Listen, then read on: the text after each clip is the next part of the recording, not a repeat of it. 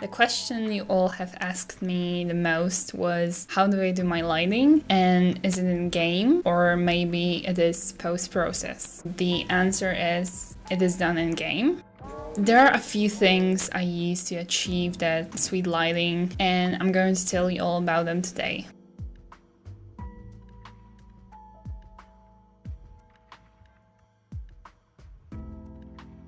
What I have noticed is that most of us Sims filmmakers don't think enough before starting to film.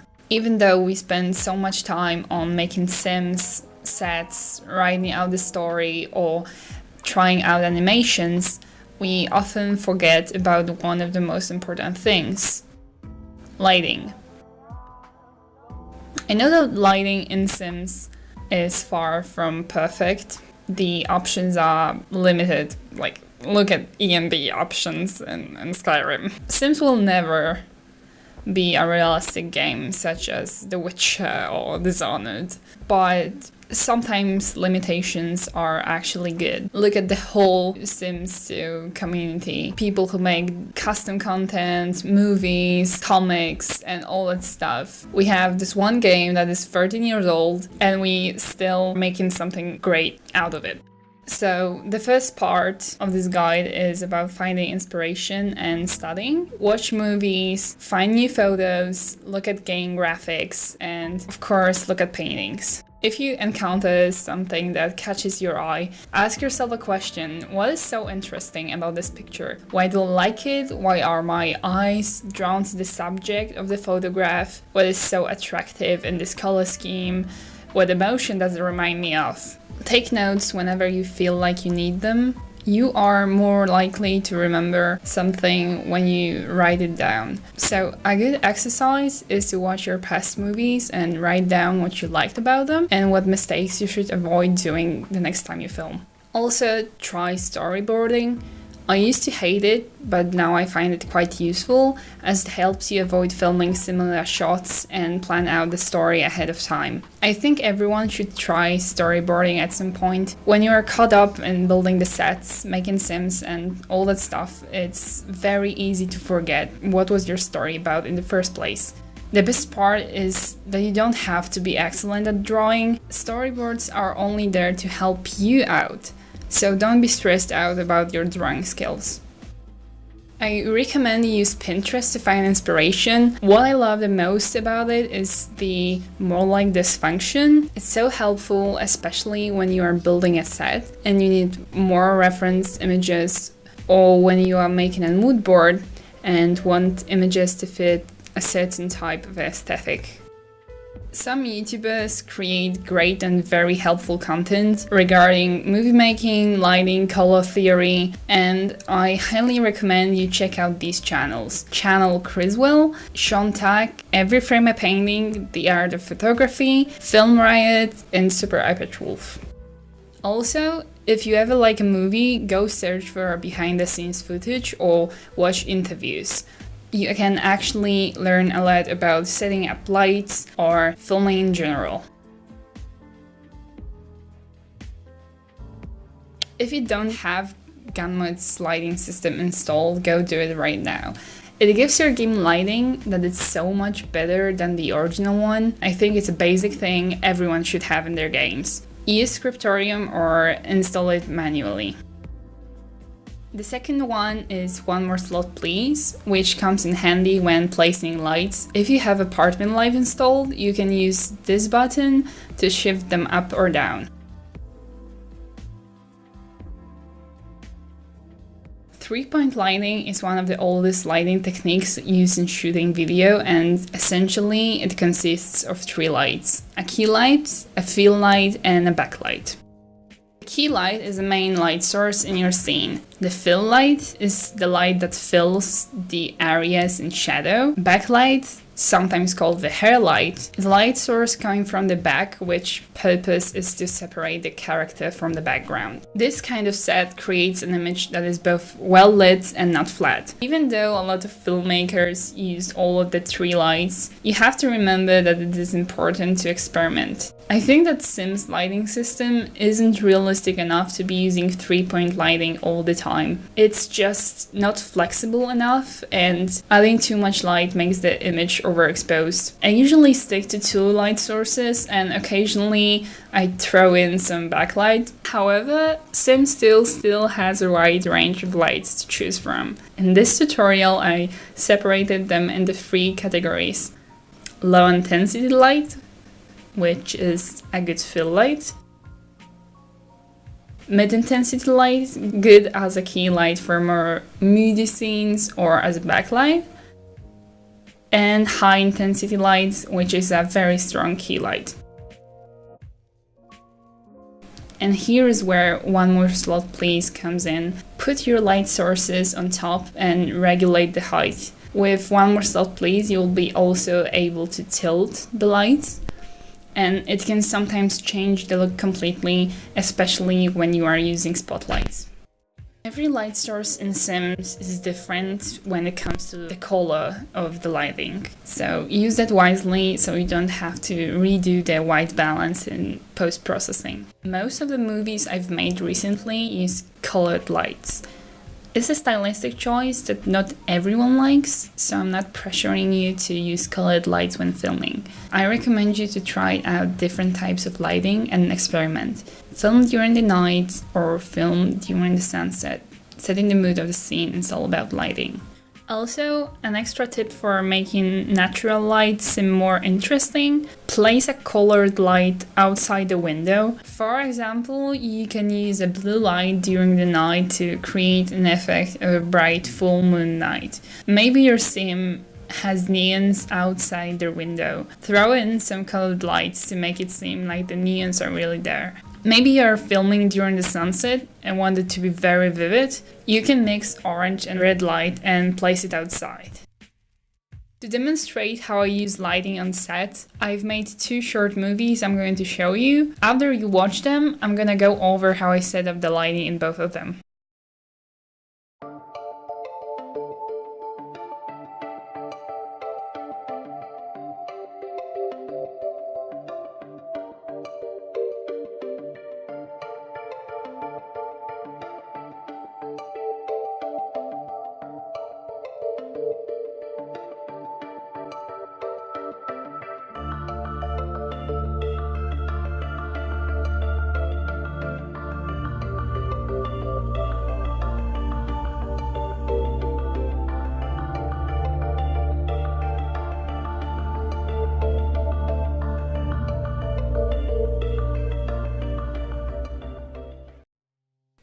For this one, the setup was quite easy. I had a lot of neons on the first floor of the building, so they emitted a lot of red light. Blue neon on the side required a little bit more, so I simply put mid-intensity blue light inside the wall. This way it lit the wall and the surroundings without showing up. Even though the neons on the first floor emitted a lot of light, it was quite weak and didn't lit the sim and the car properly. The next thing I did was place a colored spotlight on One More Stop Please. I tilted it so it faced my sim and the car. This way the set became more realistic. The indoor shots were way simpler. The only thing I did was place a red neon inside the room, so it was a little bit brighter than with just window light. Also, that low intensity light in the room, I decided not to use it.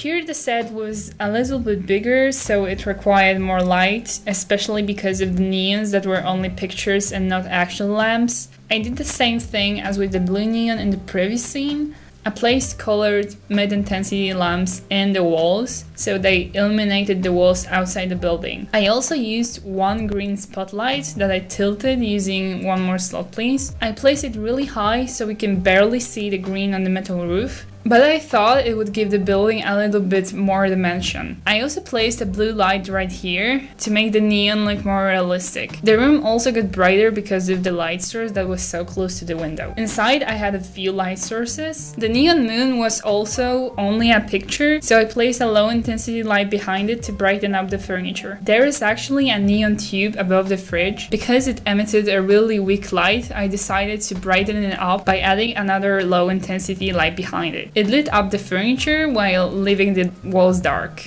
The scene with the falling stars obviously had more blue light in it. I simply placed a blue light above Brian.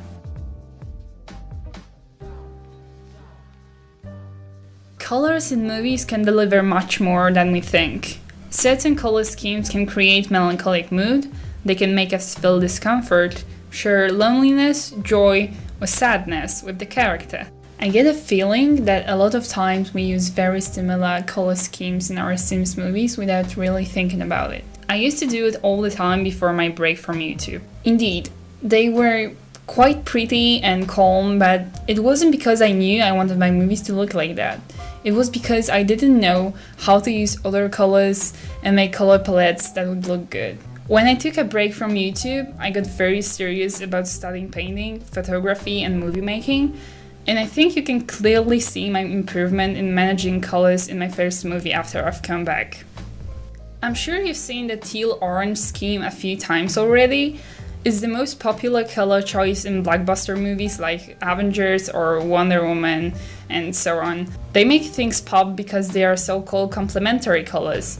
Placed on the opposite sides of the color wheel, they are colors that highly contrast each other. Complementary colors are also green and red, as well as violet and yellow. It doesn't mean we should only use these three particular schemes. Other color harmonies are a triad, split complementary, monochromatic, or analogous. Choosing a color scheme doesn't mean changing only lighting, but also adding makeup, clothes, and scenography that fits your desired color palette.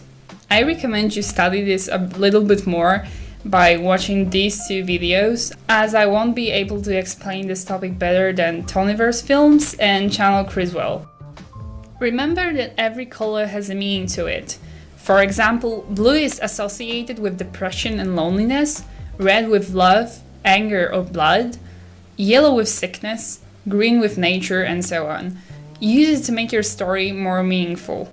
My recent discovery is a Twitter account that posts color palettes from movies, so go check that out for some more inspiration.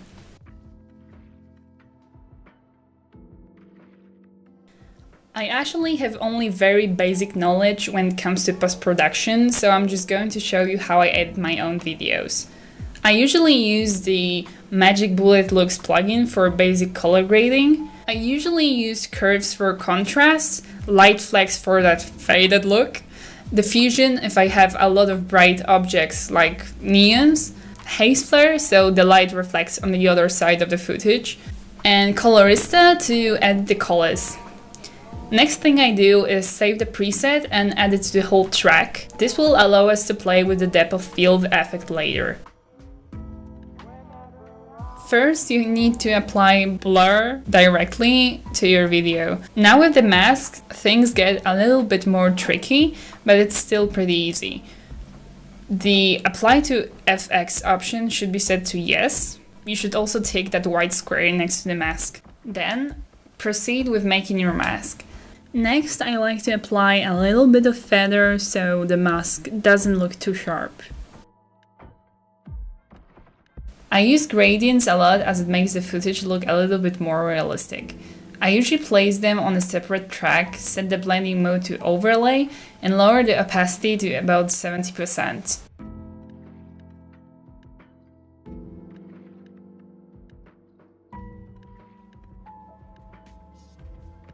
I've actually wanted to do a map for some time now, but I've waited for that one special song. I've chosen one song from Off on Off latest album. It's not an easy song because of the rap, but I think it's worth trying out as MIP material. I want it to be something fresh and challenging, and also I want to test if anything I've said today was worth making a whole tutorial. As always, one person gets one part. After I confirm that you are in the project, you will receive a link to Google Drive when you will find the music and a mood board like this one. As you can see, it will contain a color scheme, a few objects that you should use in your part, a suggestion when it comes to the appearance of the characters. Obviously, you don't have to copy these pictures and make them in Sims, rather take inspiration from them. I want you to think a little bit longer than usually about your color choices, setting up the lights, choosing wardrobe for your Sims. The parts are quite long, 42 to 45 seconds I think, so you'll be able to tell a short story. I welcome all sorts of cool effects like depth of field, experimental with color grading, masking light. You can use different types of black bars, like none at all or very panoramic, do what you want. There's one thing you can do, and it's inserting text. The story is up to you, but you will find a few pictures in the mood board that suggest the theme, like passion, sadness, I don't know, breaking up, something like this. Of course, the interpretation is up to you. Also, please don't tell the others engaged in the project about your mood boards, as I want this to be surprising and fun for everyone. All the videos, mods, and some additional stuff are linked in the description below, so go check that out. If you like the video, like it, share it so other Sims directors can see it. Thank you so much for watching. It was Herbal White. Stay chill. See ya!